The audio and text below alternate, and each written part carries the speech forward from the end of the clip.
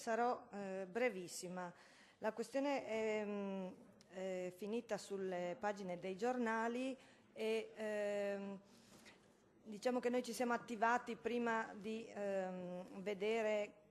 quanto comunque l'assessore ha affermato, ma mi piace comunque ribadire, perché la questione qui, e si collega un po' alla interrogazione precedente,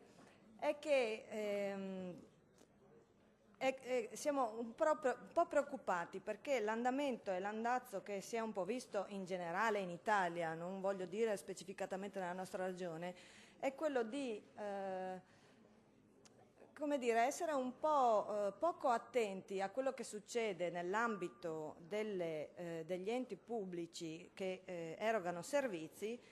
e che quindi si lasci, come dire, andare alla deriva e far sì che quello che noi tutti ci diciamo, che la pubblica amministrazione non funziona, che siamo farraginosi e non siamo in grado di fare bene quello che dovremmo, mentre invece i privati, che sono tanto più efficienti, organizzati, bravi, belli, eccetera, possono con tranquillità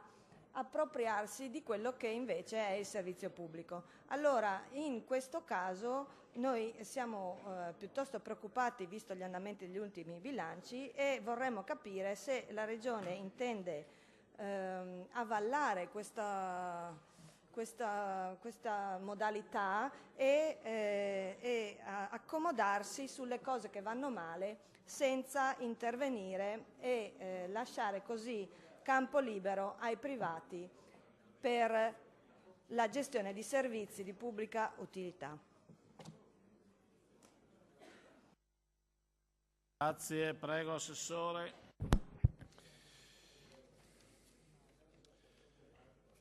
La situazione finanziaria dell'azienda pubblica di servizi alla persona ASP Daniele Moro di Codroipo è all'attenzione dell'amministrazione regionale. In ordine all'esposto presentato dal gruppo consiliare Fare Comunità è stata assunta la decisione di chiedere chiarimenti all'azienda stessa in ossequio a un fondamentale principio di contraddittorio che da sempre l'amministrazione regionale applica nei casi di esposti nei confronti delle amministrazioni locali. L'ASP, con nota del 20 novembre ultimo scorso, quindi recentissima, protocollata al numero 16.198, che in via collaborativa allego, così che possiate prenderne cognizione, ha garantito la massima collaborazione e si è detta disponibile anche a un incontro urgente. Sulla base dei chiarimenti che saranno forniti dall'azienda, piuttosto che delle notizie di stampa, saranno quindi valutate le eventuali iniziative da assumere, tenendo conto comunque del fatto che l'ASP in questione adotta da tempo la disciplina contabile civilistica, che comporta l'applicazione di regole non identiche rispetto a quelle della contabilità finanziaria pubblica. Quanto agli interventi sostitutivi previsti dalla legge regionale 19 del 2003, è comunque opportuno ricordare che i commissariamenti delle ASP sono preordinati esclusivamente a garantire la continuità di funzionamento dell'azienda e si concludono nell'arco di pochi mesi, da 2 a 8, dice la norma, con la ricostruzione degli organi da parte dei soggetti che hanno titolo per farlo, vale a dire, nel caso specifico, i sindaci dei comuni di Codroipo, che ha 4 membri nominati all'interno del CDA, e di Camino al Tagliamento, che ne ha 1. Aggiungo che oltre alla nota di riscontro dell'ASP, che dichiara la propria disponibilità a un incontro urgente, le allego anche la lettera inviata dalla direzione regionale tendente a chiedere questo, cioè c'è stato uno scambio di lettere contestuale sostanzialmente, perché la lettera del Presidente tiene conto di quanto è stato riportato dalla stampa a seguito di un incontro che io ho avuto sul territorio per parlare di questo argomento. Quindi